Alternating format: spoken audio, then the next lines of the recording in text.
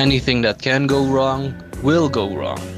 That is Murphy's Law. The law is named after American aerospace engineer Edward A. Murphy Jr.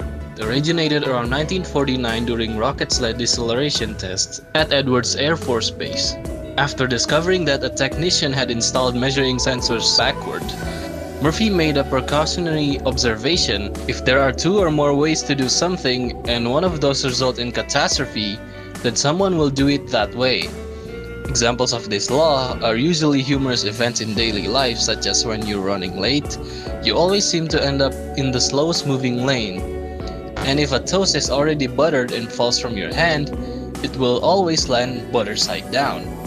But the law doesn't just apply to small insignificant events, because if anything that can go wrong will go wrong, it also applies to murder, in which this is the case for A Good Man is Hard to Find by Flannery O'Connor.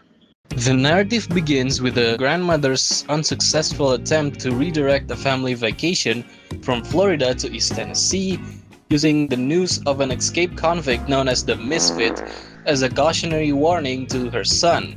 Bailey, despite her protests, the family, including Bailey, his wife, and their 3 children, sets out from Atlanta with her grandmother. The grandmother secretly smuggles her cat Petey Singh in a basket to avoid leaving it behind.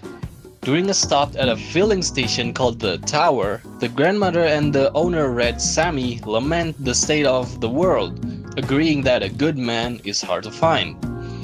Back on the road, the grandmother manipulates the children into demanding a detour to visit an old plantation she claims features a secret panel. However, as they travel down a deserted road, she suddenly realizes with mounting embarrassment that the house she remembered is actually in Tennessee, not Georgia.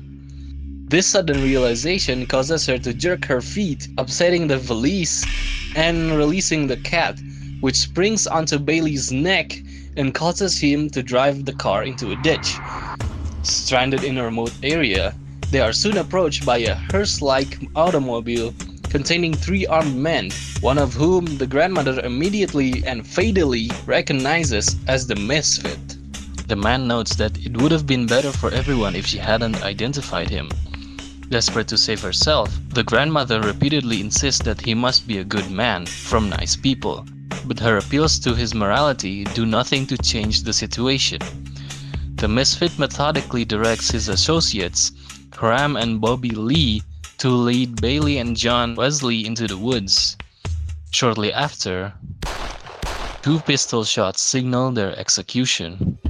As the grandmother continues to beg for her life and suggests that he pray to Jesus, the Misfit reflects on his time in the penitentiary and his nihilistic belief that Jesus shown everything off balance.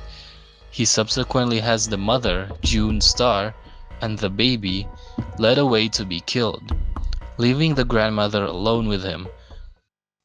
In a final moment of clarity, she experiences a sudden sense of connection, touching the Misfit and calling him one of her own children.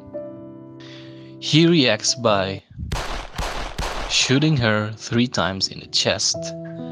The story concludes with the Misfit's chilling assessment that she would have been a good woman if there had been somebody there to shoot her every minute of her life, declaring that there is no real pleasure in life. From the story that I told, notice how everything that went wrong was caused by the grandmother. Had she not tried to convince Bailey on a detour to the old plantation house, the trip would have been going just fine.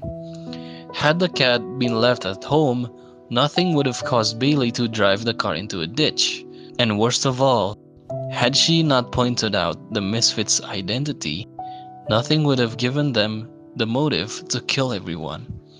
From that point, her desperate attempts to convince that he is a good man failed to stop the methodical execution of her entire family, ending her being shot 3 times in the chest after a final misplaced moment of spiritual clarity.